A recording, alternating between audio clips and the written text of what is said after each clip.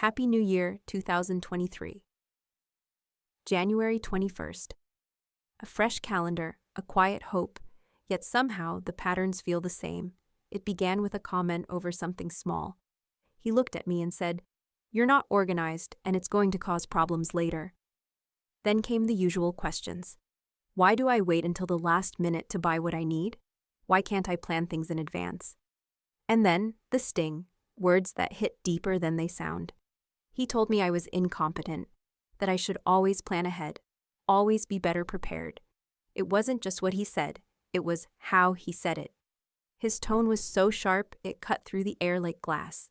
Cold, pointed, dismissive. The kind of tone that makes you freeze inside, unsure of how to defend yourself without making it worse. I didn't say much. I was too sad to. And he didn't seem to notice.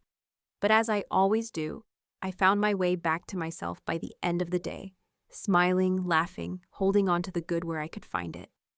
That night, just before bed, I asked him gently, "Where are you going?"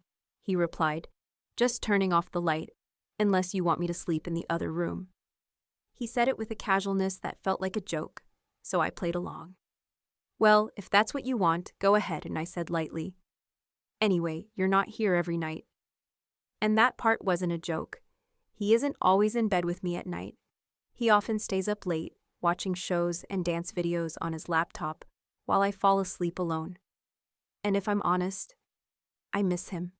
Most nights, I would have loved to fall asleep wrapped in his arms. I would have loved to feel that warmth beside me. But more often than not, I met with cold sheets and quiet space. So yes, I said it with a teasing tone, but under it was truth. But he didn't take it that way. His mood shifted. I saw it immediately, the way his expression flattened, the way his presence pulled away from me. He turned cold. I asked him what was wrong, once, twice, 3 times. He just said no, every time. Nothing was wrong according to him, but everything in the air between us said otherwise. Frustrated and hurt, I finally told him that what he said earlier wasn't kind, that it wasn't okay to speak to me like that. I reminded him that I am organized, just not in the rigid way he prefers. Before he ever came into my life, I was managing things on my own, and I still do.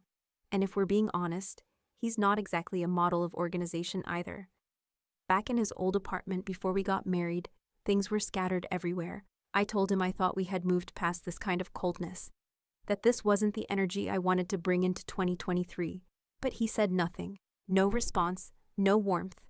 He didn't reach for me, didn't touch me, not once, all night. And once again, I was left to fall asleep with silence and a space beside me that felt far too wide.